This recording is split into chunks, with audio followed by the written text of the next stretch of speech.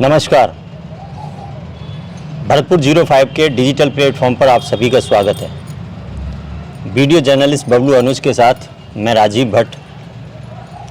आज हम चर्चा करेंगे कांग्रेस के 5 साल में जो भी विकास कार्य हुए हैं उनके बारे में।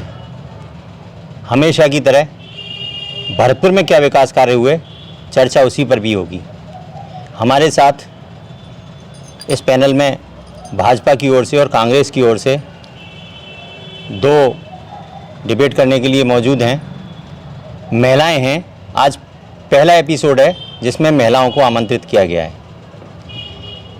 कांग्रेस की तरफ से हमारे साथ हैं श्रीमती बबीता शर्मा, ये कांग्रेस की प्रदेश सचिव हैं और ब्राह्मण सभा की जो हैं प्रदेश अध्यक्ष हैं, ये ब्राह्मण समाज की। अब कौन सा ब्राह्मण समाज है ये मुझे नहीं मालूम, लेकिन ये ब्राह्मण समाज की प्रदेश अध्यक्ष हैं। उसके अलावा भाजपा की तरफ से हैं श्रीमती मोनिका जैन, ये जिलाध्यक्ष हैं महिला मोर्चा की भाजपा की, अब नवनियुक्त हैं, अभी हाल ही में इनकी नियुक्ति की गई है। प्रिय सखी संस्था की संयोजक भी हैं, जो सामाजिक कार्यों के लिए बेहद चर्चित है और भरतपुर में सभी जानते हैं। दोनों महिलाएं हैं।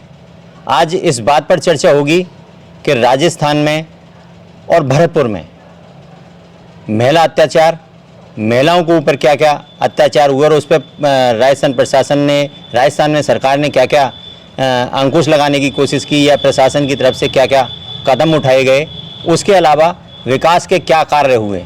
सबसे बड़ी बात, 2018 में जैसे कांग्रेस की सरकार राजस्थान में आई थी, राजस्थान में विकास की गंगा बहने लगी। भागीरथ श्री अशोक गहलोत जो राजस्थान के मुख्यमंत्री बने, उन्होंने विकास की गंगा को बहा दिया और विकास की गंगा बहते बहते भरतपुर संभाग तक भी आई, यानी कि पूर्वी राजस्थान तक आई। भरतपुर में भी विकास की गंगा बही। लेकिन भरतपुर में जो विकास की गंगा बही, मैं बात राजस्थान की नहीं करूंगा, भरतपुर की करूंगा। बाकी भरतपुर में जो विकास की गंगा बही, उस विकास की गंगा में यहाँ के वंचितों, दलितों और जो ज़रूरतमंद थे, उनने अपने बहती गंगा में हाथ धोए थे, या फिर उन सफ़ेद पोश नेताओं ने जो जिम्मेदार थे, या उनके रिश्तेदारों ने या उनके चहेतों ने डुबकी लगाई थी। ये निर्णय आपको करना है। ऐसा नहीं है कि गंगा विकास की कांग्रेस नहीं बहाई हो। 2013 के चुनाव में भाजपा ने भी विकास की गंगा बहाई थी। वसुंधरा राजे उस समय भागीरथ के रोल में आई थी, उन्होंने भी विकास की गंगा बहाई।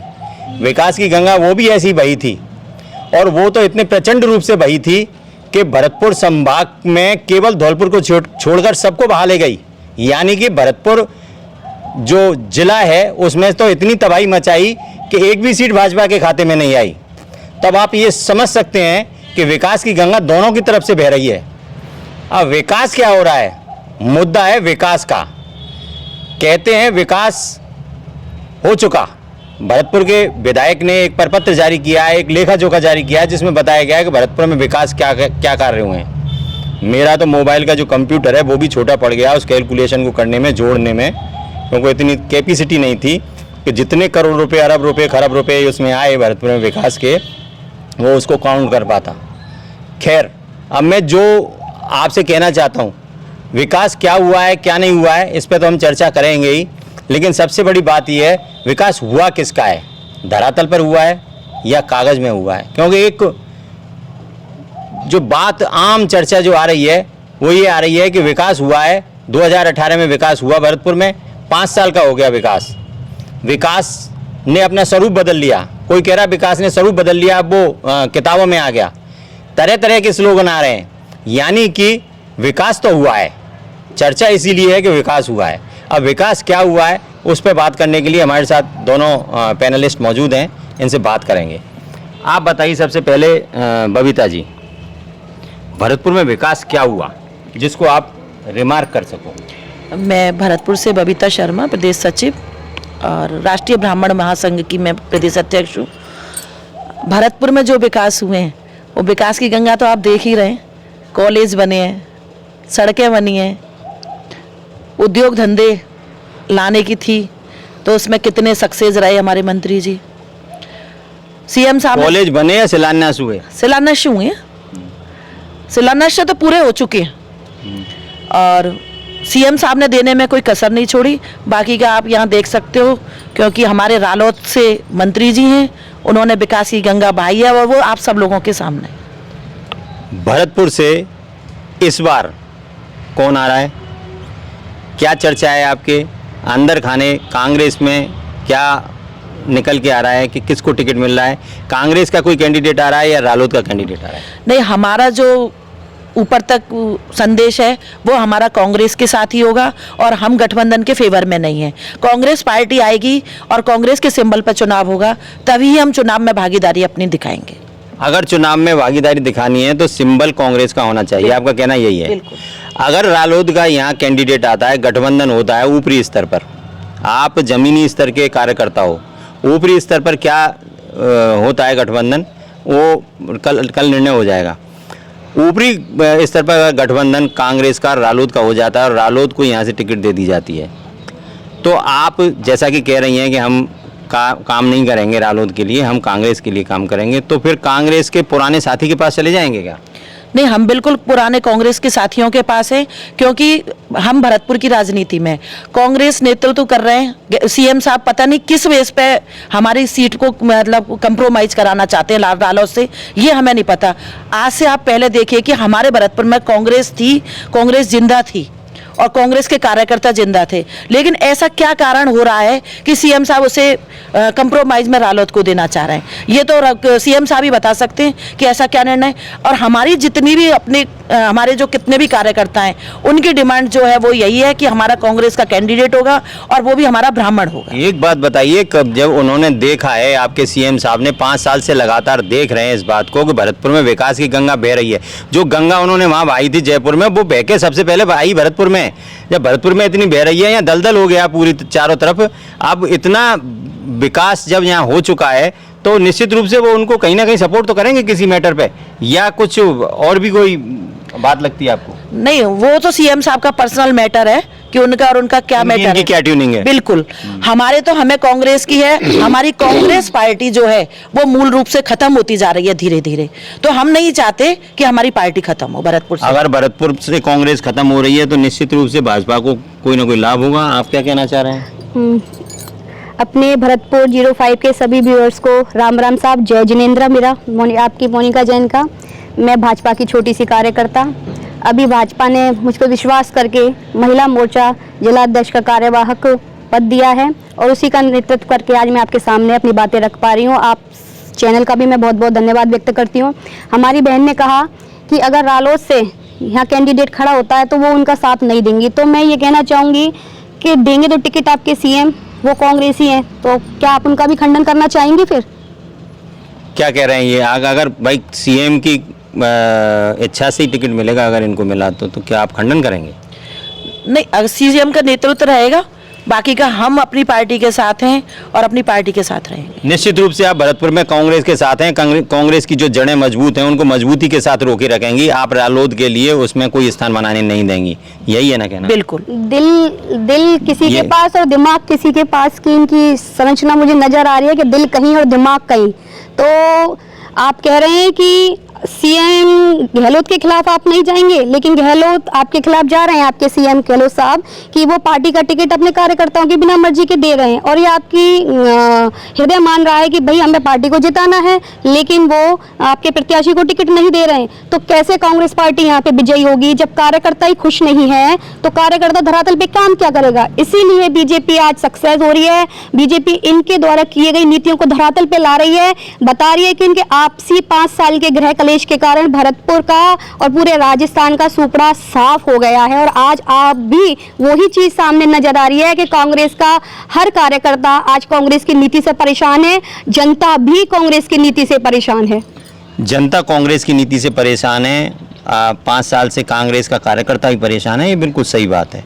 लेकिन सबसे बड़ी बात बताइए, भरतपुर में 15 साल तक विधायक, 10 साल विधायक बीजेपी के रहे थे, 5 साल तो वो खैर अलग एनएलओ से रहे, लेकिन 10 साल वो बीजेपी से विधायक रहे थे।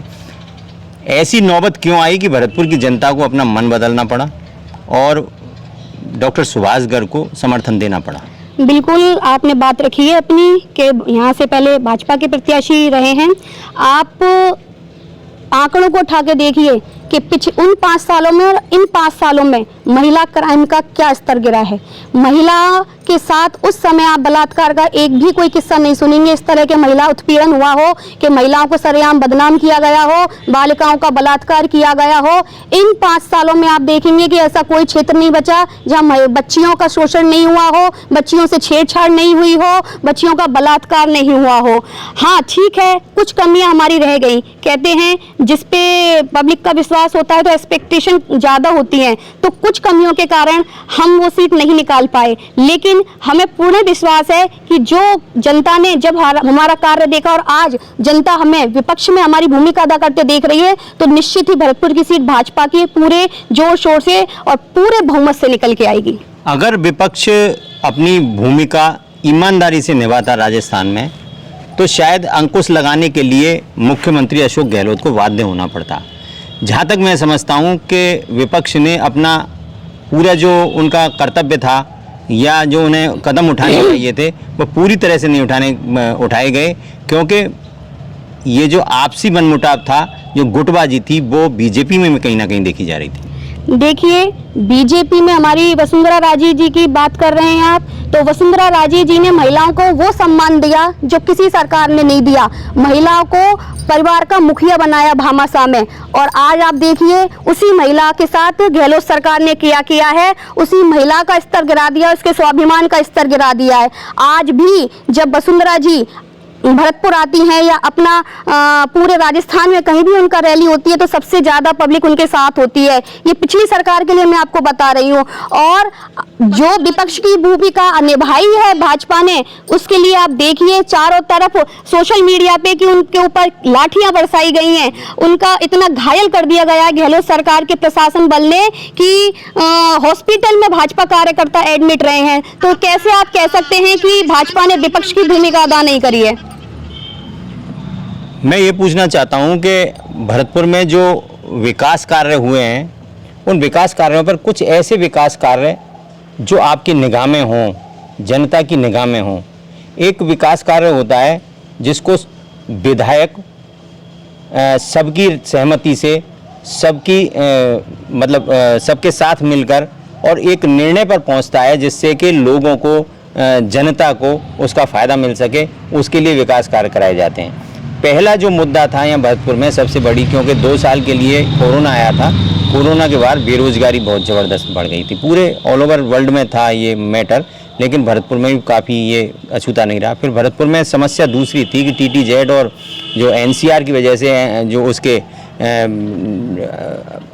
नियम जो लागू हो गए थे, जो नॉर्म्स लागू हो गए थे, उनकी वजह से इंडस्ट्रीज़ नहीं थी, इंडस्ट्रीज शिफ्ट कर दी गई थी यहाँ से।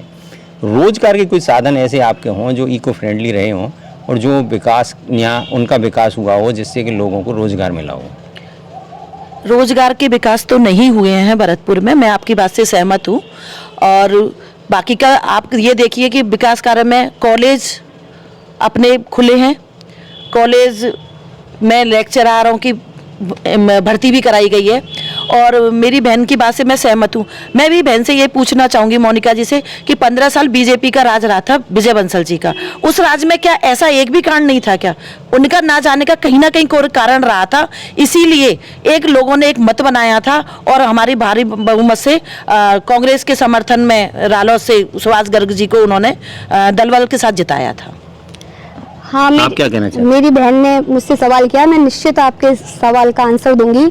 आप पूछ रहे हैं कि 15 साल जो हमारी सत्ता रही थी, राज किया था, तो उसमें आप देखेंगे कि कहीं भी अगर ऐसी कोई घटना नहीं घटी कि किसी भी बच्ची का इस तरह से बलात्कार और शोषण किया गया है। मैं आज यहाँ पे भरतपुर की चर्चा करने आई हूँ, मातृशक्ति के रूप में आई हूँ, तो मैं अपनी बहन बेटियों के लिए मुद्दा उठाने आई हूँ, बहन बेटियों के सम्मान के लिए बात करने आई हूँ। आप एक भी बात गिनाइए मुझे कि उस समय किसी 6 साल की बच्ची का एक पिकअप में 60 लोगों के सामने किसी 50 साल के व्यक्ति ने बलात्कार किया, एक 7 साल की बच्ची क्या होती है। उसके बाद उस अखबारबाजी के बाद कोई भी मंत्री उस परिवार से मिलने नहीं गया, उस मुद्दे को दबा दिया। अभी हाल ही में गोपालगढ़ में कांड हुआ, 4 साल की बच्ची, 4 जनों ने एक 7 साल की बच्ची के साथ मनरेगा भवन में सरकारी विभाग में एक बच्ची के साथ बलात्कार किया, उसको भी वहीं की वहीं दबा दिया गया है। क्या आप और हमारी उम्र इतनी नहीं होगी, आप उन 70 साल 80 साल जिन भैया बंधुओं की, बुजुर्गों की उम्र है, उनसे आप पूछिए कि क्या कभी भरतपुर में ऐसा शर्मसार सीन देखा है जो इन 5 सालों में भरतपुर देख रहा है। हम इस सत्य को किसी भी हद तक नहीं झुटला सकते हैं। अगर हम इस सत्य, महिला अत्याचार को लेकर काफी सवाल उठ रहे हैं। महिला अत्याचार को लेकर ये बीजेपी की तरफ से सवाल नहीं उठ रहे हैं, ये आम सवाल भी है कि महिला अत्याचार काफी बढ़े हैं और इसको बीजेपी एक मुद्दा भी बना रही है। आप क्या कहना चाहते हैं कि भरतपुर में महिला अत्याचारों को लेकर कोई विशेष ऐसे प्रयास किए गए जिससे कि उन पर अंकुश लगाया जा सके? बिल्कुल अंकुश लगाए गए थे। जिनके साथ न्याय मिलना चाहिए उनको न्याय भी मिला है और जिनको सज़ा मिलनी चाहिए उनको सज़ा भी मिली है। और ये एक अत्याचार ऐसा है कि जिसको कि अपन किसी भी पार्टी के माध्यम से नहीं रख सकते।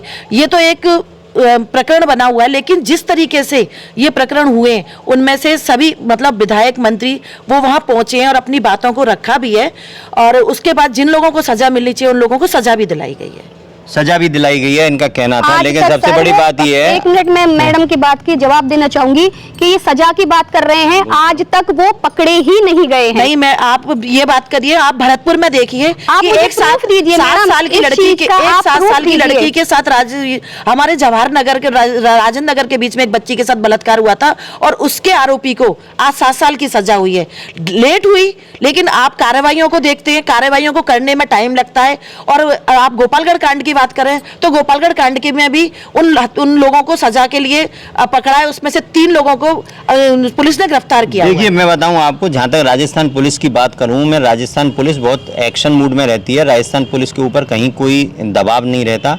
सबसे बड़ी बात यह है कि कुछ अपराधियों को, कुछ लोगों को राजनेताओं का संरक्षण मिलता है, उसकी वजह से थोड़ा लेट हो जाता है। लेकिन राजस्थान पुलिस की जो भूमिका है ना, वो तो सराहनीय है। पिछले 2 साल से हम देख रहे हैं। मैं बात आपकी बात को बड़ी करती हूँ और ये बात बड़ी भी है कि हमारी जो पुलिस बल है वो बहुत स्ट्रांग है इंडिया का, इसमें कोई दो राय नहीं है। लेकिन वो स्ट्रांग तभी है जब सत्ताधारी पार्टी उनको सपोर्ट करती है। आज हमारे पुलिस कर्मियों को भीड़ की तरह भर दिया गया है, एसपी ऑफिस जल्दी जल्दी में खोल दिए गए हैं। आप उनसे जाके पूछिए, वो इतने परेशान है, ना उन पे बाइक है ना उन पे गाड़ियां हैं। अगर इमरजेंसी में कोई केस आ जाए तो उसी परिवार को गाड़ी बाइक भेजनी पड़ती है उस परिवार तक पहुंचने के लिए। आप सर्वे कीजिए, उन पुलिस वालों को गहलोत साहब ने महिला इकट्ठा करने के लिए लगा रखा है, ये मीटिंग वो मीटिंग। आज हर अधिकारी परेशान, हर शिक्षक परेशान, सरकारी महकमा परेशान। काम करना चाहता है सरकारी महकमा, सिर्फ गहलोत सरकार ने अपनी गद्दी बचाने के लिए सारे महकमे का जो दुरुपयोग हो रहा है उसका ही यह परिणाम है कि भरतपुर आज इतनी गर्त में जा चुका है। ये जो परिपत्र जारी हुआ है, लेखा जोखा जारी हुआ है, ये लेखा जोखा यहाँ के राष्ट्रीय लोकदल के विधायक माननीय जो मंत्री जी हैं डॉक्टर सुभाष गर्ग, उनकी तरफ से जारी किया गया, उनकी टीम की तरफ से।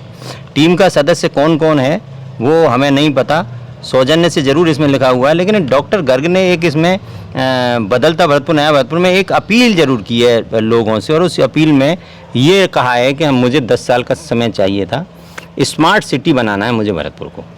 5 साल का समय मेरे लिए कम पड़ गया, तो कम पड़ गया 5 साल का समय, तो 5 साल का देने के लिए कांग्रेस को प्रयास तो करने चाहिए। हालांकि इसमें कांग्रेस का कहीं कोई रोल दिखाई नहीं देता है, क्योंकि ये जो जारी किया गया है विधायक भरतपुर की तरफ से किया गया है।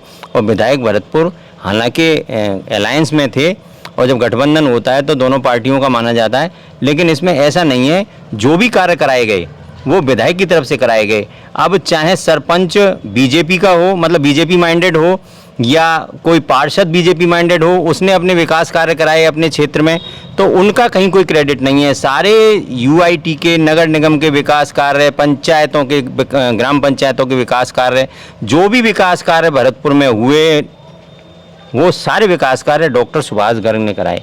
आप कितना सहमत हैं इन विकास कार्यों को? आपने देखा होगा बुकलेट, कितना सहमत हैं कि वास्तव में इतने हो गए क्या? तो फिर स्मार्ट सिटी तो बन जाना चाहिए था।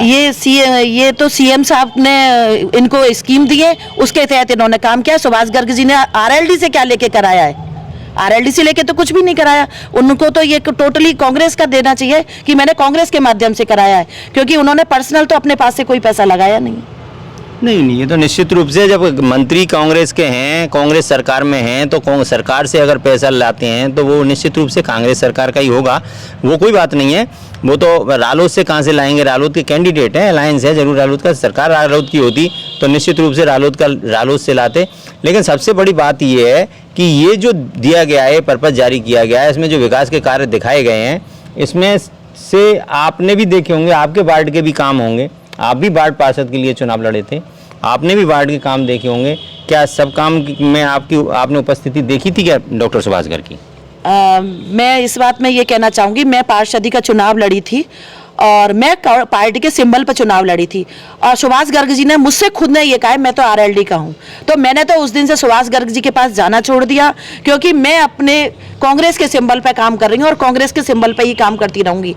और उन्होंने मेरे वार्ड में क्या, मेरे वार्ड में तो वो आए ही नहीं है। एक बात बताइए, एक शिक्षक जिसका पद सबसे बड़ा होता है धरती पर, शिक्षक का मतलब गुरु का पद सबसे बड़ा माना गया है। आप गुरु और गोविंद दो खड़े, आपने वो भी सुना होगा, गुरु गोविंद दो खड़े काके लागे पाऊं, ठीक है, बलिहारी गुरु आपने गोविंद दिया बताया।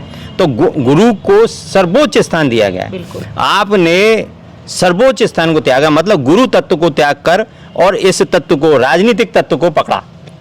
देखो पहला, अब इसको आप क्या मानेंगे, उनका उत्थान पतन क्या है ये कि राजनीति में आप आए और आप उनका ये कह रहे हैं कि मैंने माना ही नहीं। अरे उन्होंने कह दिया, अगर गुरुदेव हैं, अगर उन्होंने ये कह दिया कि मैं रालोद से हूँ और मैं आपका प्रचार नहीं कर सकता, तो फिर आपको, अब आपने भी तो कह दिया ना स्पष्ट उनके सामने कि भाई मैं भी प्रचार नहीं कर सकती, अगर रालोद से आते हैं तो मैं भी प्रचार नहीं करूँगी। तो ये जो इस मुद्दे पर आप टिकी रहेंगी, क्योंकि एक हमारे व्यूअर भी इस बात को पूछ रहे हैं, अनुराग बंसल हैं, ये पूछ रहे हैं या बार बार कि मैडम क्या अपनी बात पर टिकी रहोगी आप? बिल्कुल बिल्कुल टिकी रहूंगी मैं अपनी बात पे। आपके साथ और भी पार्टी के जो कार्यकर्ता हैं वो भी मेरे ख्याल से ऐसे होंगे जो इस बात से काफ़ी नाराज़ होंगे कि यहाँ रालोद का गठबंधन किया गया है। रालोद के अध्यक्ष आए थे अभी 2 दिन पूर्व, उन्होंने इसको देख के, किताब को देख के ये कहा था कि मैं राजनीति छोड़ दूंगा। इस किताब को देख के कहा था, इसमें एक भी बात अगर गलत हो, एक भी बात कोई झूठा साबित कर दे कि ये काम नहीं हुए, तो मैं राजनीति से त्याग पत्र दे दूंगा। आप कितनी संतुष्ट हैं उनकी बात? मैं तो उनसे यही बात पूछना चाहूंगी, संतोष फौजदार जी बताएं वो राजनीति अपने कैसे त्यागना चाहते हैं और कितने काम इसमें सच्चाई के हैं, कितने नहीं है। आप क्या कहना चाह रहे थे? एक इसमें मोटा सा एक डिजिट है जो गहलोत सरकार से किताबों में आया है, 378 करोड़ रुपए का, जो जल निकासी और भरतपुर के लिए उन्होंने दिया है, CFCD का जो कहा है। CFCD का। आप साहब सब पढ़े लिखे हैं, भरतपुर वासी हमारे 378 करोड़ में 2 भरतपुर चमक जाएंगे, 2 भरतपुर 378 करोड़ में चमक जाएंगे। आज अपने भरतपुर का देख लीजिए कि अब 378 करोड़ आए कि इनकी जेबों में 378 करोड़ रुपए गए। नहीं, ये जो 378 करोड़ आए थे, ये इसमें जो लिखा गया है वो भी गलत लिखा गया है, वो भी कहीं जो बताया गया है इसमें, उसमें भी कहीं इनका या तो इनसे कोई गलती हुई है, कोई मिस्टेक हुई है। बाकी का ये है कि CFCD का कार्य जो बताया गया है, CFCD में प्रथम चरण, जबकि ये टोटल CFCD के कार्य का बजट था, ये CFCD के टोटल कार्य का बजट था 378 करोड़ रुपए जो सैंक्शन कराया था, और उसमें से प्रथम चरण का कार्य करीब मेरे ख्याल से, जहाँ तक मैं समझता हूँ, 188 करोड़ का था, और उसमें प्रथम चरण का कार्य स्टार्ट हो चुका है और 150 करोड़ का हुडको से लोन भी दिलाया जा चुका है। तो अभी तो लोन मिला है कांग्रेस सरकार का, तो अभी इसमें कोई सहयोग आया ही नहीं है, अभी तो इनको वो और देनी है, ब्याज और देनी पड़ेगी। तो निश्चित रूप से कहीं ना कहीं ये तो बात इसमें कहीं ऐसा लगता है कि वो गलती से इसमें ये मिसप्रिंट हुआ है, तो ये हटाना चाह रहे होंगे लेकिन हटा नहीं पाए होंगे। ये प्रेस वालों की भी गलती हो जाती है, ये मानिए। अब ये बताइए साहब, हम जो देख रहे हैं हम वही बोलेंगे। प्रेस वाले भैया तो हमारे बहुत अच्छे हैं, वो अपना खंडन करें या कांग्रेस अपना खंडन करे। मैं गुरु को दोष नहीं दे सकता, गुरु गलत नहीं हो सकते, प्रेस वाला गलत हो सकता है। आप बताएं। गुरुजी का मतलब, तो जवाब आप प्रेस वाले या गुरुजी ही दे सकते हैं। गुरुजी का मतलब मैं समझी नहीं भैया, आपके गुरुजी कौन है? नहीं, गुरुजी का मतलब ये होता है जिन्होंने पढ़ाया हो, जिन्होंने MSG कॉलेज में पढ़ाया हो, जो लेक्चरर रहे हों, प्रिंसिपल भी रहे उनका हों, इनसे क्या? उन्होंने वो गुरुजी उन्होंने ही उसके अपनी शिक्षा जब पूरी कर ली, जब पढ़ाना लिखाना पूरा कर लिया, तब उनका मन हुआ कि वो राजनीति में जाएं, जनता की सेवा करें, क्योंकि इससे ढंग से सेवा नहीं हो पा रही थी। तो वो राजनीति में जाने के लिए सेवा करने की भावना से वो राजनीति में गए। राजनीति में गए, उन्होंने सेवा की। वो माध्यमिक शिक्षा बोर्ड के वो एक स्टूडेंट की जड़ को मजबूत करना चाहते थे, स्टूडेंट की जड़ को मजबूत करना चाहते थे, इसलिए उन्होंने ये माध्यमिक शिक्षा बोर्ड राजस्थान का पद भी संभाला था। और पद संभाला था। अब माँ क्या हुआ क्या नहीं हुआ, क्यों गुरुजी थे वो तो अभी राजनीति से तो जानते नहीं थे। शिक्षा का इतना स्टैंडर्ड बढ़ाया हमारे ने कि रीट की चीट करवा डाला, और एक नहीं 19 पेपर लीक करवा डाला। क्या गुरुजी की नजर में सारे स्टूडेंट बराबर नहीं थे? वो स्टूडेंट बराबर नहीं थे क्या कि ये तेरा ये मेरा? वहां पे भी तेरा मेरा कर दिया गुरुजी ने कि अपने को नौकरी देने के लिए, अपने बच्चों को बढ़ाने के लिए गुरुजी ने दूसरे बच्चों को फेल कर दिया, दूसरे बच्चों का भविष्य खराब कर दिया। ऐसे कैसे भैया गुरुजी हैं आपके?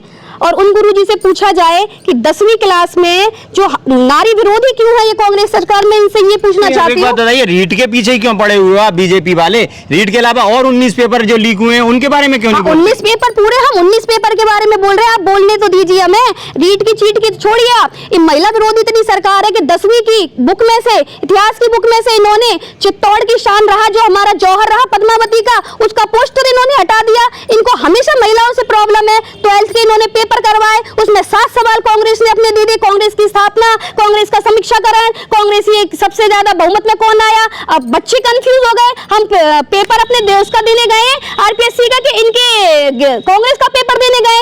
इनको हर चीज में प्रचार करना है। आज से पहले बता दीजिए शिक्षा का इतना स्टैंडर्ड किसने गिराया है? आज से पहले बता दीजिए राजस्थान में इतने पेपर लीक हुए हैं। आज से पहले बता दीजिए राजस्थान में इतने रेप हुए हैं। आज से पहले बता दीजिए कि भरतपुर में इतना भ्रष्टाचार हुआ है। आप बताइए किस मुद्दे पे आएगी कांग्रेस सरकार हमारे सामने, और जनता बताएगी। हम आपको बताइए क्या आप किस मुद्दे पे आ रही है? आप बताइए ना, इतने आरोप लग रहे हैं। ऐसा कुछ नहीं है। आरोप लगाने की तो ये पार्टियां एक दूसरे के ऊपर, जब जो पार्टी सत्ता में होती है उसके ऊपर आरोप लगाए जाते हैं। नहीं, ये जो आरोप लगा रहे हैं वो झूठे हैं क्या? 19 पेपर लीक नहीं हुए? नहीं, 19 पेपर लीक हुए। 19 पेपर लीक कहाँ नहीं हुए? क्या बीजेपी के टाइम पे पेपर? हम कहाँ की बात नहीं कर रहे, हम भरतपुर की राजस्थान की बात कर रहे हैं। पहले किसी ने गलती की।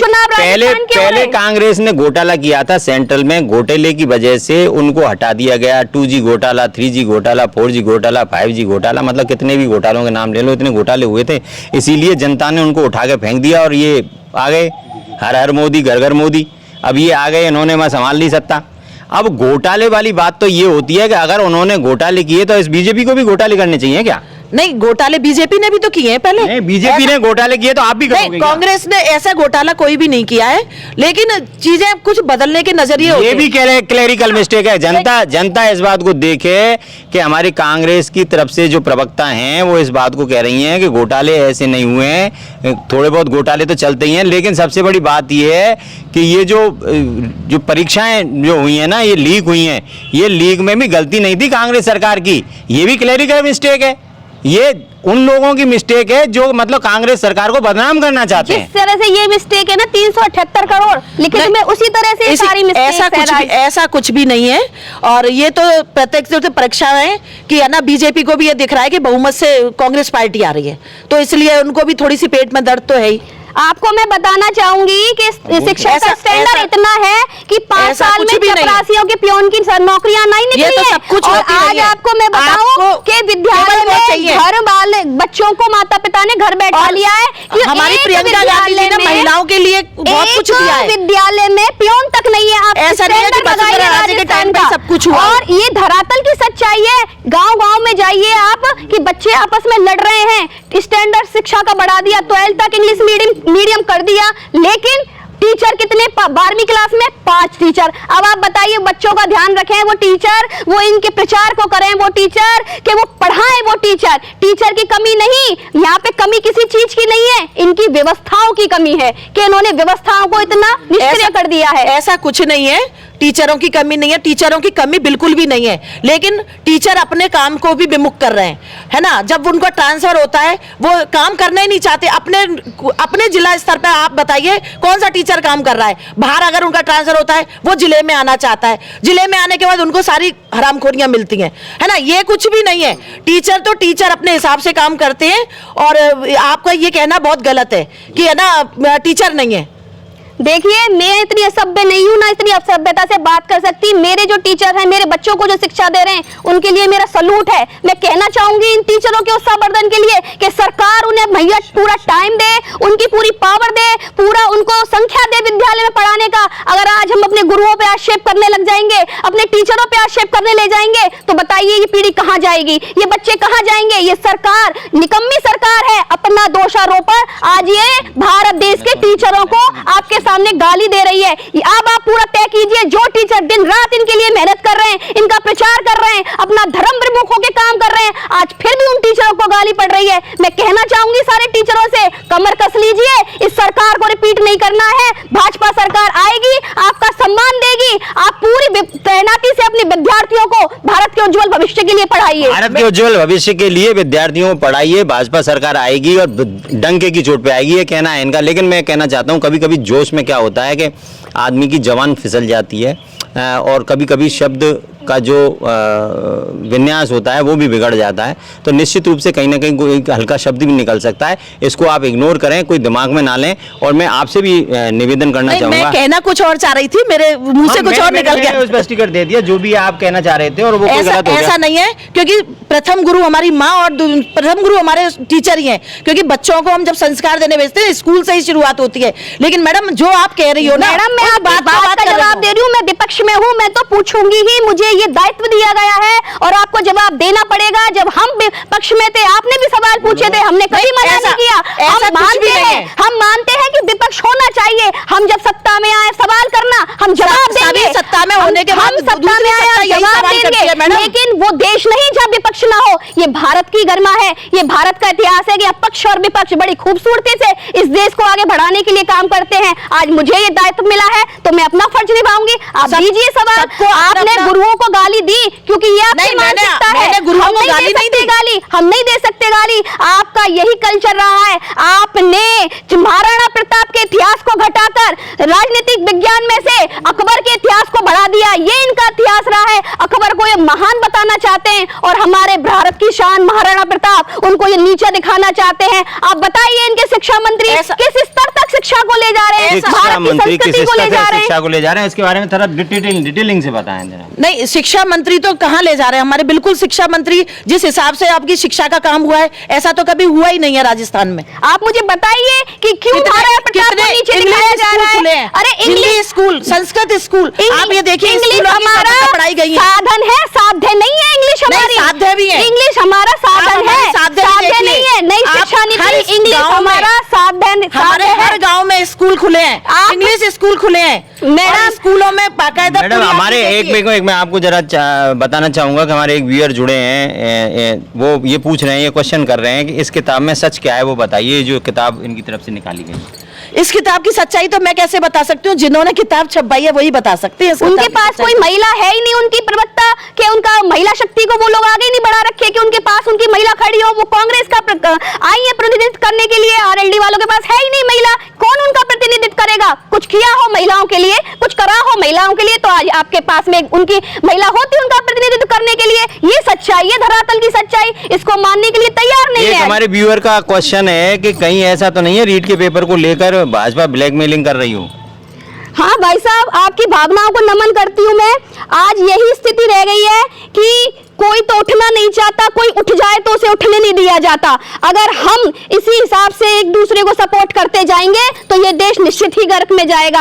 आज भाई मैं सभी से कहती हूँ, किसी के बस की 2 कदम चलना होता है, किसी के 4 कदम चलना होता है। युवा पीढ़ी क्यों कहलाई जाती है, उसको आगे बढ़ाना है। बुजुर्ग हैं हमारे ऊपर, सम्मान के लिए हमें रास्ता दिखाने के लिए युवा पीढ़ी होती है, उस काम को आगे बढ़ाने के लिए। अगर हम इन मुद्दों में अटक गए तो ये नेता तो रसमलाई खा के ही निकलेंगे। कुछ व्यापम घोटाले के बारे में भी बताइए।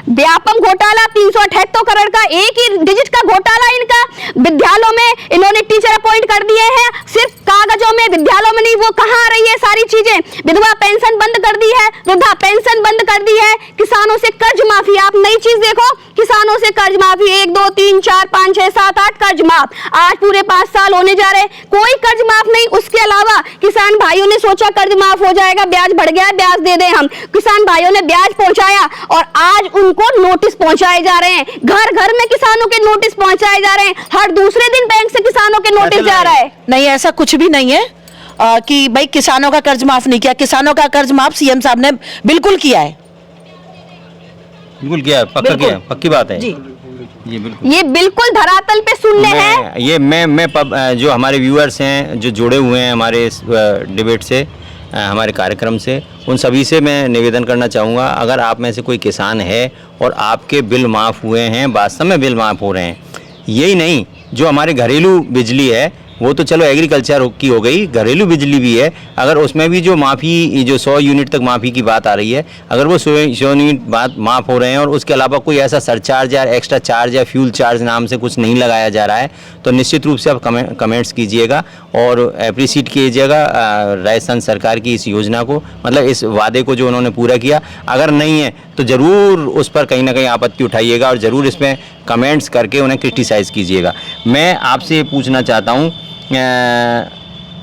मोदी जी राहुल गांधी का जवाब क्यों नहीं देते? राहुल गांधी लगातार क्वेश्चन कर रहे हैं, मोदी जी जवाब नहीं दे रहे हैं। एक हमारा व्यूअर पूछ रहा है। देखो, मेरे भैया बंधु ने बहुत अच्छा सवाल पूछा है कि मोदी जी राहुल गांधी जी का जब सवाल का जवाब नहीं देते। राहुल गांधी जी को खुद नहीं पता मैं क्या पूछ रहा हूँ, क्या मेरा सवाल है। तो बताइए, मोदी जी देश को संभालने का काम करें कि उनके वो सवालों का जवाब दें जिसमें वो खुद उलझे पड़े हैं।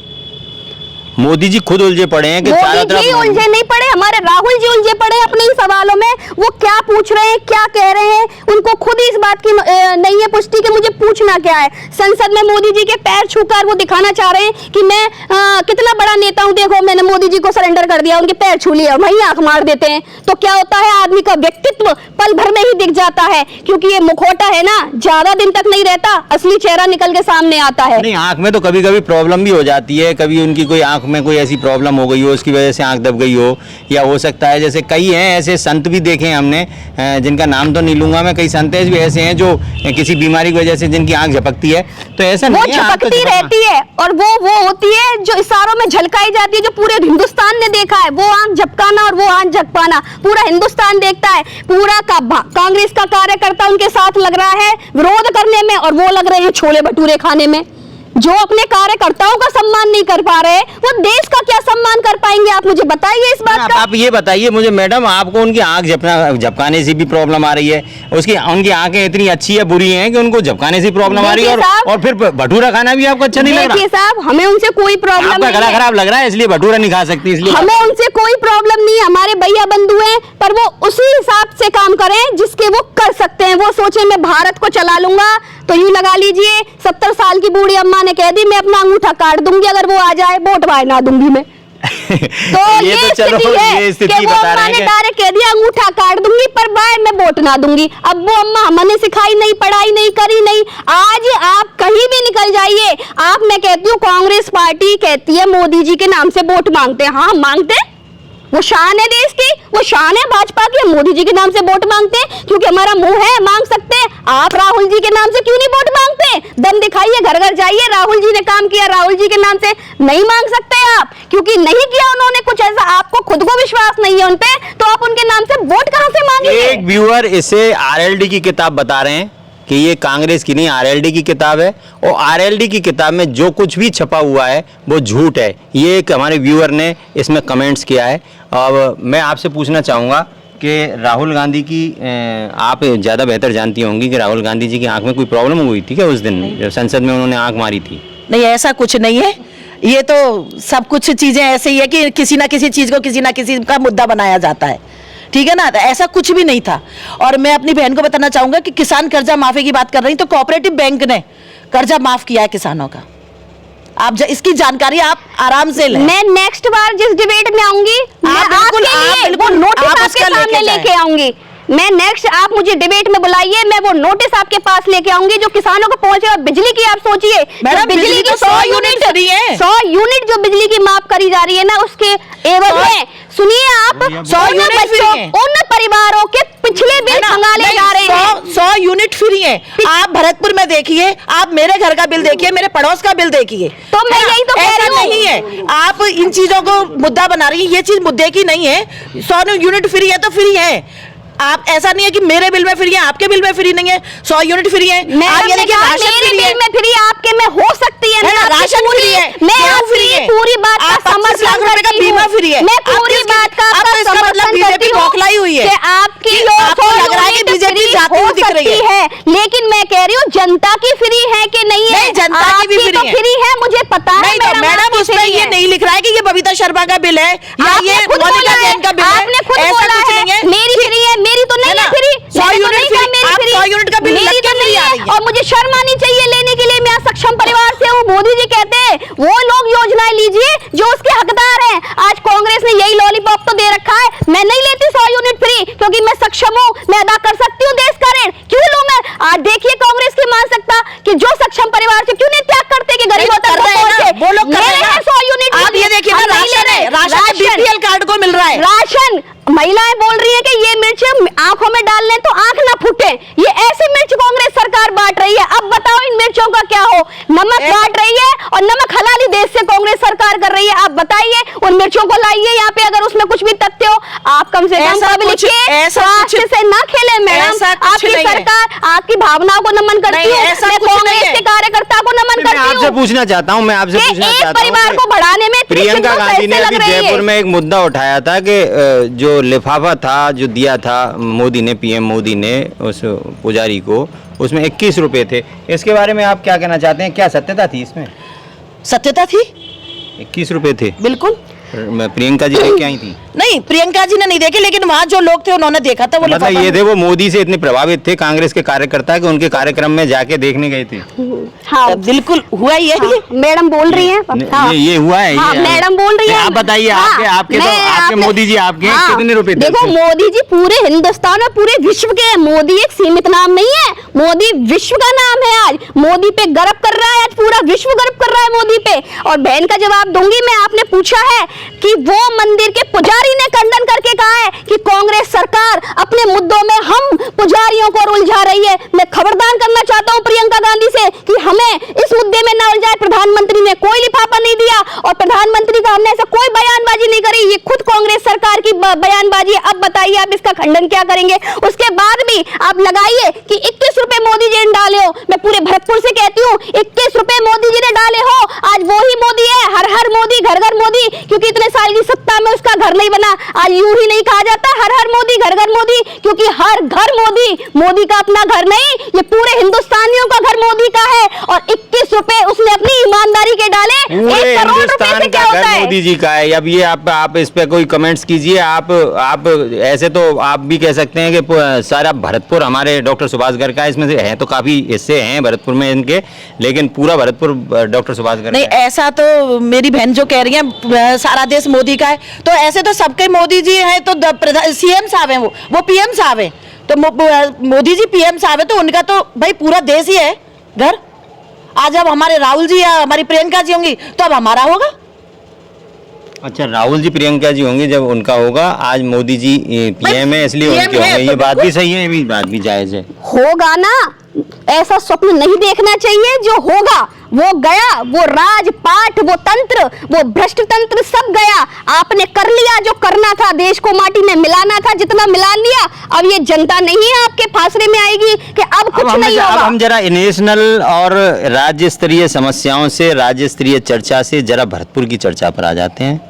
भरतपुर की चर्चा में मुझे ये पूछना था आप दोनों से कि दोनों पैनलिस्ट बिल्कुल ईमानदारी से ये बताएं कि भरतपुर में विकास जो हुए हैं उनमें रोजगार के लिए कोई विकास हुआ क्या?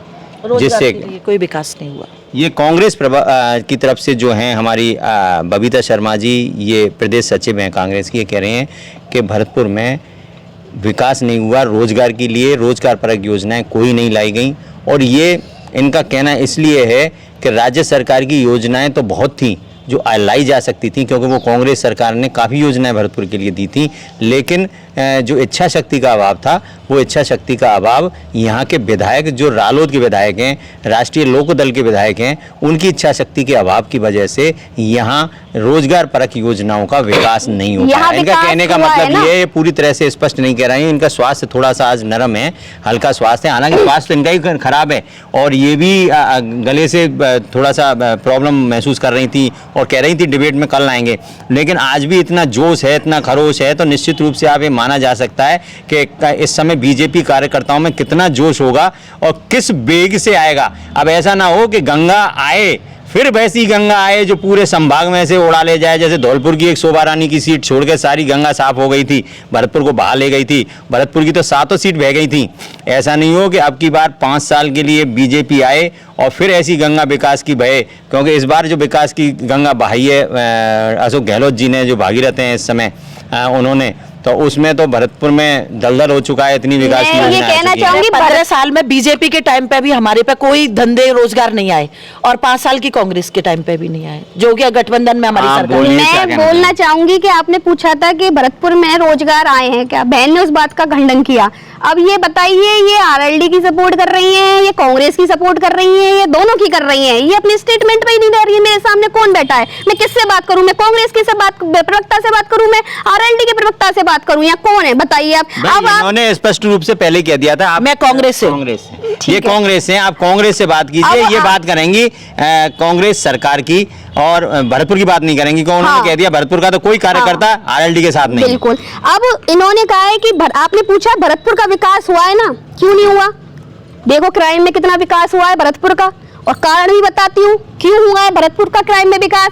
बयाना में चल रही है व्यापारियों पे गोली, और नेताजी राम राम करते डोल रहे हैं हमारे भरतपुर में, राम राम करते डोल रहे हैं नेताजी हमारे, कि एक तरफ है मातम, एक तरफ है खिला चेहरा, किसी को एहसास नहीं किसी की पीड़ा का।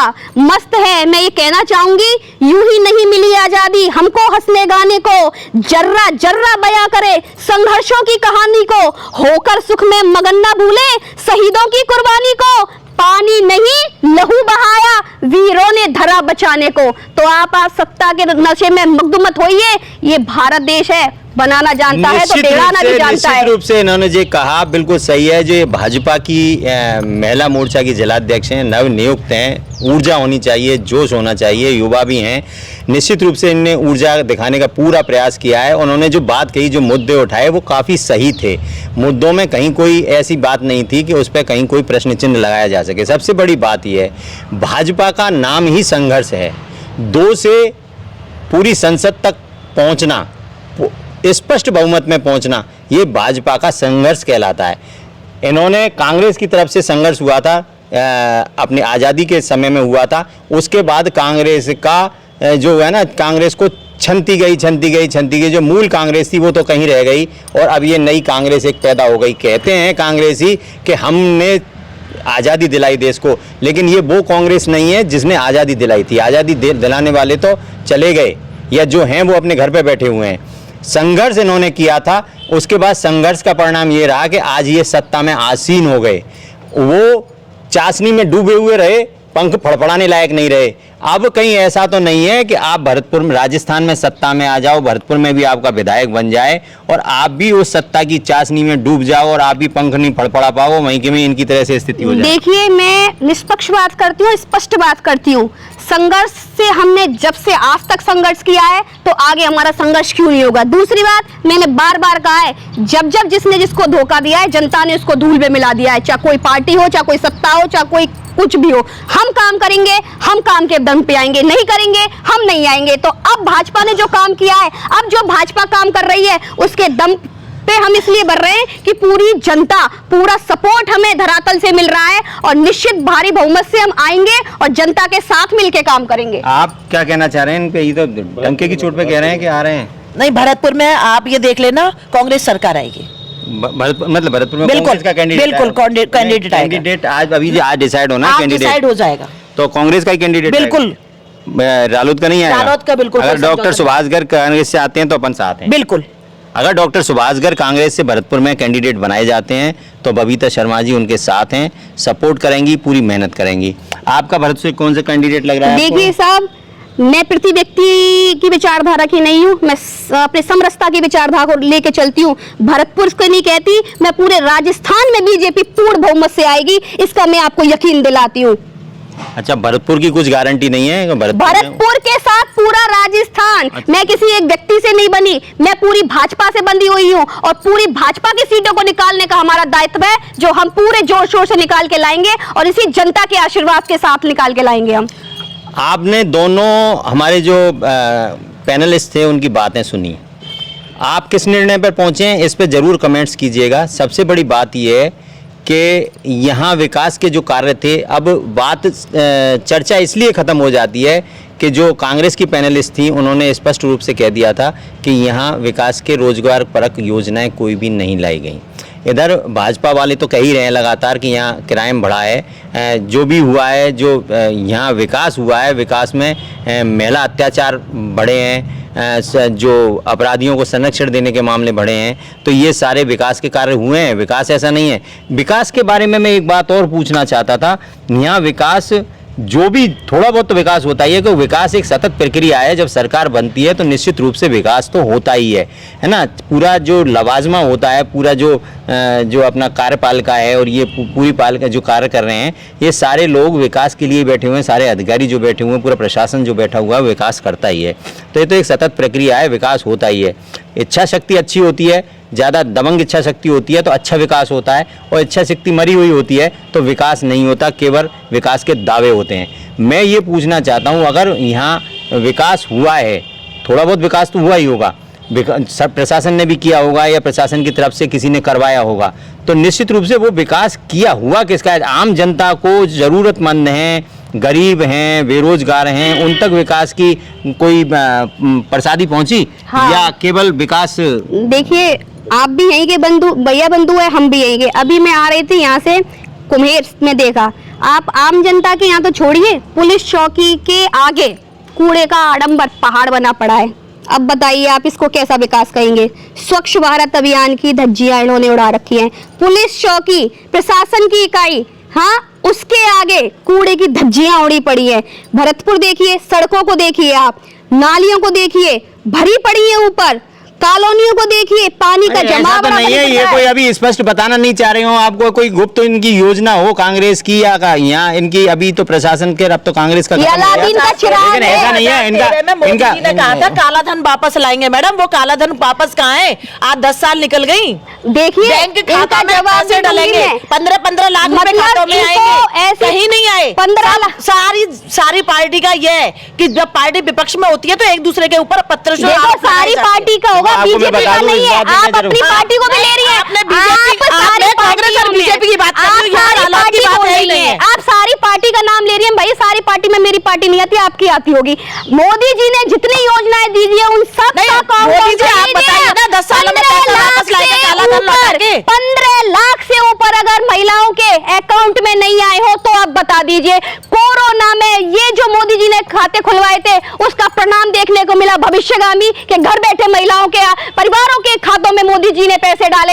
आज भी किसानों के खातों में 6,000 आ रहे हैं। ऐसा कुछ भी नहीं है। आप एक आध प्रूफ दिखाइए, सरकार आप एक आध प्रूफ दिखाइए। पेंशन बंद कर दी, नहीं, विधवा पेंशन चालू है और आप यहाँ की भामाशाह योजना चालू है। आप इस बात को कैसे कह सकते हो? आपकी ही जनता, आपकी जनता, और जो जनता आपसे कह रही है और आप कह रहे हो ना, वही भामाशाह इलाज करा रहे हैं 25 लाख रुपए तक का। देखो, और किस मंत्री, किस बंदे की? हमारी जनता, हमारी, हम मानते हैं जनता को अपना, इसलिए हमारी आप नहीं मानते। किस अकाउंट में पैसा नहीं आया? नहीं, ये इनकी विचारधारा है। 10 साल में आप बताइए ना, काला धन कहाँ से लौटा है, उसका जवाब दीजिए। इस सरकार के में ही तो परेशानी है। आपकी जनता हम स्वीकार करते हैं, हमारी जनता, आप मत मानो उस जनता को अपना। अरे आप ये भी तो कह सकते हैं ना, काला धन तो, काला धन पूरा आया, हर महिला के अकाउंट में इतनी योजनाएं दी है, 15 लाख से ऊपर ये बात भी आपकी सही है, लेकिन मैं जो कह रहा हूँ, काला धन तो वैसे भी उन्होंने चेंज ही करा दिया। इंदिरा गांधी रसोई वसुंधरा जी ने अपने टाइम में चलाई थी, अन्नपूर्णा रसोई, क्या पूरा हिंदुस्तान जानता होगा कि अन्नपूर्णा रसोई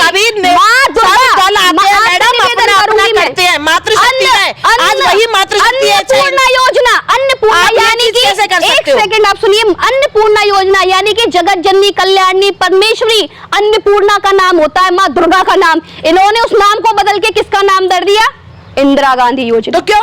देखिए वो भी महिला के नाम से ना। जो योजना किसने चलाई और नाम उसने किसका दिया, इसने किसका रख लिया? ये हिंदू विरोधी विचारधारा है। हम लोगों की देवी थी और कांग्रेस की देवी होती है। हाँ, ये बात आपने सही कही। हमने पूरे हिंदुस्तान की देवी का नाम दिया, इन्होंने अपनी देवी का नाम दे दिया। ये हिंदू विरोधी सरकार है। आज जब करौली में माता की यात्रा निकलती है तो उस पर पत्थर फेंके जाते हैं। एक संप्रदाय विशेष के आपत्ति होने पर उनके लोगों के लिए अकाउंट में इनके पैसे दिए जाते हैं, लेकिन आम जनता के लिए इनके अकाउंटों में पैसे नहीं आते हैं। ये हिंदू विरोधी सरकार है। इनकी नीतियों में विरोध, इनकी रीतियों में विरोध, ऐसा कुछ नहीं है। इनके बौखलाई हुई बीजेपी बोल रही है। ये तो बीजेपी बौखलाई हुई बोल रही है। बौखलाहट तो आपकी खत्म होने वाली है, क्योंकि आप अब आराम से घर में रेस्ट करने वाले हो। सर्वधर्म समभाव की नजर से देखने वाली है कांग्रेस। क्यों? बिल्कुल। उसका प्रमाण दें उसका कि नवरात्रियों में जगह जगह मंदिरों में कूड़े के ढेर बड़े पड़े हैं, अंधेरे पड़े, और अगर अरे उनसे बिजली बनानी होगी भाई, का त्योहार आ जाए हो सकता है उनसे बिजली बनानी हो। अब देखो त्योहार नजदीक है, इस समय कूड़े के ढेर तो भरतपुर सिटी में भी लगे हुए हैं, लेकिन हो सकता है योजना हो कोई बिजली बनाने की। आप जितने भी इस व्यूअर्स हैं जो देख रहे हैं, आप देखिए प्रत्येक मंदिर। ऐसा कुछ नहीं है, ऐसा कुछ भी नहीं है। आप जहां भी जाओगे ना, ये सारी चीजें आपको दिखती हैं, क्योंकि आप विरोध में उस टाइम आपको सिर्फ वो कमियां नजर आती हैं। तो हमारा काम है मैडम, हमारा काम है। हम वो लोग हैं जो जिस समय इंदिरा गांधी जी के लिए हमने माँ दुर्गा की संज्ञा भी दी थी, हम वो लोग हैं। क्या बात करती हो? अटल जी ने इंदिरा जी को सबके सामने दुर्गा कहा था। हम वो लोग हैं, प्रशंसा भी करना जानते हैं और आलोचना भी करना जानते हैं। प्रशंसा ही होती है सबकी। हम प्रशंसा ही हुई है, तरह नहीं है। हम हर चीज को देख के आकलन करके बात करते हैं। हम दिल बड़ा रखना भी जानते हैं और लोगों का मान सम्मान भी करना जानते हैं। अरे तो अन्नपूर्णा और माँ दुर्गा में क्या अंतर? दोनों एक ही बात हो गई, फिर उन्होंने नाम चेंज कर दिया, तो उसमें क्या? इंदिरा गांधी योजना आप देखिए, आप सब लोग देखिए, इनकी विचारधाराएं देखिए। दुर्गा कह रहे हैं तो अटल जी ने कहा, ये बड़े दिल की बात है, ये भाजपा की विचारधारा है। ऐसा है ना, भाजपा का दिल बड़ा है तो बड़ा ना कांग्रेस का भी रहा है। ऐसी बात नहीं है। कांग्रेस का दिल बड़ा है। आप बताइए, ऐसी कोई गाली नहीं। प्रधानमंत्री ने का साथ दिया, ऐसी कोई गाली नहीं जो प्रधानमंत्री मोदी का चेहरा भी नहीं है। मैडम, आपके पास सीएम का चेहरा नहीं है अभी तक। ऐसा आप बताइए, आपके पास सीएम का चेहरा कौन सा है? कमल का फूल हमारा मोदी हमारा चेहरा है। हमारा मोदी हमारा चेहरा है। हमारा हाथ है, आपका कमल का चेहरा नहीं है। इनका चेहरा था ना, सचिन जी को लाके गहलोत जी को बिठा दिया। ये इनकी नीति है। उस युवा ने दिन रात मेहनत करके पार्टी को इतना मजबूत किया, और युवा के साथ इस पार्टी ने जो धोखा करा है, तो ये आम जनता के साथ कितना धोखा करेगी। आज पूरा राजस्थान दिखाएगा, पूरा गुज्जर समाज दिखाएगा कि उस एक कार्यकर्ता जिसने अपना पूरा शिद्दो से इस पार्टी के लिए जान लगा दी, इसने उस व्यक्ति के साथ क्या किया है। देखिए मैं व्यूअर्स से पूछना चाहता हूं कि आप व्यूअर्स जो भी दोनों की डिस्कशन हो रही है, दोनों की डिस्कशन हो रही है, दोनों की डिस्कशनों में जो भी आपको अच्छा लग रहा है, ये अपनी दलील दे रही हैं, वो अपनी दलील दे रही हैं। जो भी अच्छा लग रहा है उसके बारे में कमेंट्स कीजिए। ये इनको ये कर रहे हैं, सपोर्ट कीजिए। और अब सबसे बड़ी बात ये है कि हाथ वाली बात आ रही है कि इनका हाथ है और ये कह रहे हैं हमारा कमल का फूल है। देखो, मोदी जी ने जब से सबके हाथ में मोबाइल पकड़ा दिया तो हाथ को तो उन्होंने खराब कर ही दिया। हाथ की सारी नसें खराब हो गई, पकड़ के मोबाइल से वाइब्रेशन से खराब होती हैं। डॉक्टर्स भी कह चुके हैं, रिसर्च है, ये रिसर्च वो निकला हुआ है। इसमें इसको भी आप देख लेना, कोई भी पढ़े लिखे लोग हों वो देखना है इसकी वो करके। तो हाथ तो उन्होंने बिजी कर दिया। नौकरियां देने का वादा किया था, कितनी नौकरियां दी हैं? हमारी रेलवे की नौकरी छीन ली, हमारा महंगाई दर बढ़ा दी, हमारे डीजल पेट्रोल की रेट बढ़ा दी। इसका भी जवाब दूंगी, आप सुनेंगे तो मैं जवाब दूंगी। सब कुछ कर दिया, हर बात का जवाब गलतियों को छुपाने के लिए हर बात का जवाब दूंगी, अपनी बात को दबा रही हैं, हर बात सामने वाले की बात को दबाया जाए। आप बताइए क्या कहना, आप बताइए क्या कहना चाहती हैं? हर बात का जवाब दूंगी, मेरी बड़ी बहन का हर बात का जवाब दूंगी। इनकी खूबसूरती ये है कि ये हंस के भी गर्म हो जाती हैं। मैं आपकी हर बात का जवाब दूंगी। मेरी बहन बड़ी शिद्दत से अपना पक्ष रख रही है, तो मैं भी अपना पक्ष रखूंगी कि इनकी विचारधारा क्या है, ये देखते कैसे हैं। काम अगर ऐसे होगा ना तो इन्हें दिखाई देगा, काम अगर ऐसे होगा तो इनकी नजर ही नहीं जाती, क्योंकि ये सिर्फ सीमित क्षेत्र को काम कर दिया है। मोदी जी ने जियो को लिया दिया, अडानी जी को इतना बढ़ा दिया, मोदी जी ने उनको मोदी जी बढ़ा रहे हैं। आप ये देखो,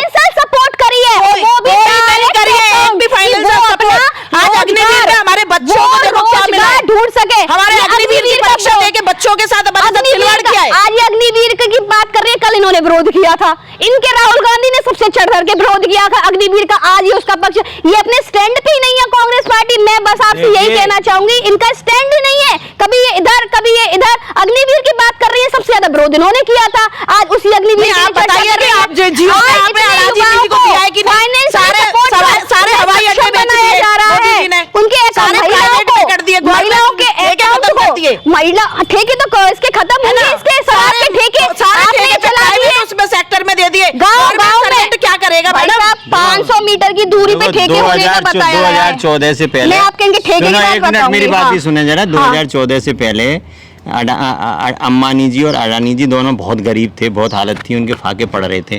अब 2014 से आप आए हो, आपने अडानी जी को और अम्बानी जी को फलक पे पहुंचा दिया, ये कहना चाह रहे हैं? अरे फलक पे पहुंचने होते हम नहीं पहुंच जाते, मोदी जी अपना कारोबार नहीं फलक पे पहुंचा लेते। अगर वो फलक पे पहुंचने वाले होते क्या बात करते हैं? देखो मैं आपको बताना चाहता हूँ, एक घर जो व्यक्ति ना बना पाया है, अम्बानी जो 2014 से पहले भी देश के नंबर 1 रईस थे, अडानी भी रईस थे, उस समय कांग्रेस की सरकार थी जब भी रईस थे, और आज मोदी की सरकार है तब भी रईस है। ये इंडस्ट्रियलिस्ट हैं, ये इंडस्ट्रियलिस्ट हैं, टाटा बिरला तमाम जो फैमिलीज हैं ये इंडस्ट्रियलिस्ट हैं, इनको ही जिम्मेदारी होती है, जबरदस्त रोजगार देने की जिम्मेदारी इनकी है। इनको सरकार सपोर्ट इसीलिए करती है, चाहे कोई सी सरकार हो, चाहे कांग्रेस की सरकार रही हो चाहे बीजेपी की सरकार रही हो, इनको सपोर्ट इसीलिए किया जाता है कि रोजगार इतने उपलब्ध नहीं हो पाते जो सरकारी रोजगार सबको उपलब्ध कराया जा सके। जनसंख्या आप देख रहे हैं 145 करोड़ के आसपास पहुंच चुकी है, सबको सरकारी रोजगार देना संभव नहीं है। प्राइवेट एजेंसियां, प्राइवेट कंपनियां बाहर से मंगाई जाती हैं, बुलाई जाती हैं, उनको कॉल कर रहे हैं, उनको यहाँ सुविधाएं इसीलिए दी जा रही हैं ताकि रोजगार उपलब्ध हो सके। तो इसमें अगर आपकी बात ये है कि उनको बढ़ा दिया, तो बढ़ाने वाली कोई ऐसी बात नहीं है, पहले भी बढ़े हुए थे, कोई नहीं थे, कोई छोटा ज्यादा। आज आप गुजरात मॉडल को देखिए, गुजरात मॉडल को देखिए, बताओ। जियो आपने BSNL बंद कर दिया, जियो चालू कर दिया।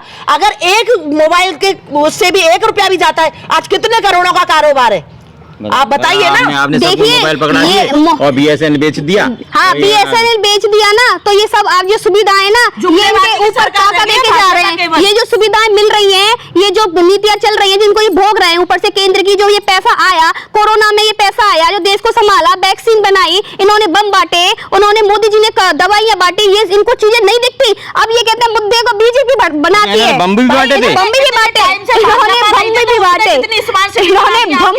जो फट रहे हैं साहब। राजस्थान में इन्होंने ऐसे बम बांटे, गांव के लोग कह रहे हैं कि हमें तो दवाइयां प्यारी है, बम को हम क्या करें, ये स्थिति है। और इनका स्टैंडर्ड यही है कि हमें 2 बात करनी है, हमें एक बात पे रहना ही नहीं है।